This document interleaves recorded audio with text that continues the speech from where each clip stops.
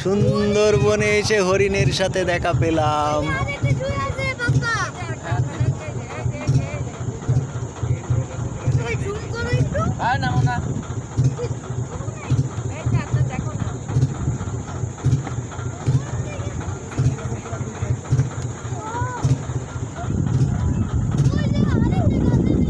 ওই যে এখানে 3টা শুয়ে আছে হরিণ।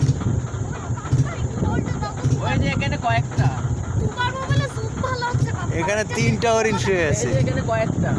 সুন্দরবনে এসে হরিণের সাথে দেখা।